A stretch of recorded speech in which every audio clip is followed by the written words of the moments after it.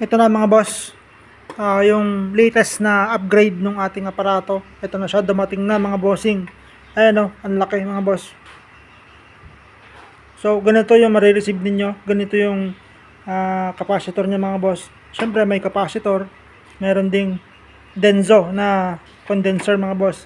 Saka meron din siyang Mylar capacitor mga bossing. So ito, nag-upgrade tayo mga boss ng pyesa niya, pero hindi tayo nagpataas ng presyo. So yung dating presyo pa rin. Kahit mas mahal to, para sa inyo mga boss. Sinisikap nating maging malakas yung ating produkto. Sa ngayon mga boss, kahapon wala tayong pa-pick up. Tapos ngayon meron dalawa. Kasi nga ito ginagawa natin to mga boss. Ito, meron pa repair. Ayan. Saka yun mga boss, okay naman na yun. Na-assemble ko na. Pa-repair lang yung mga yun.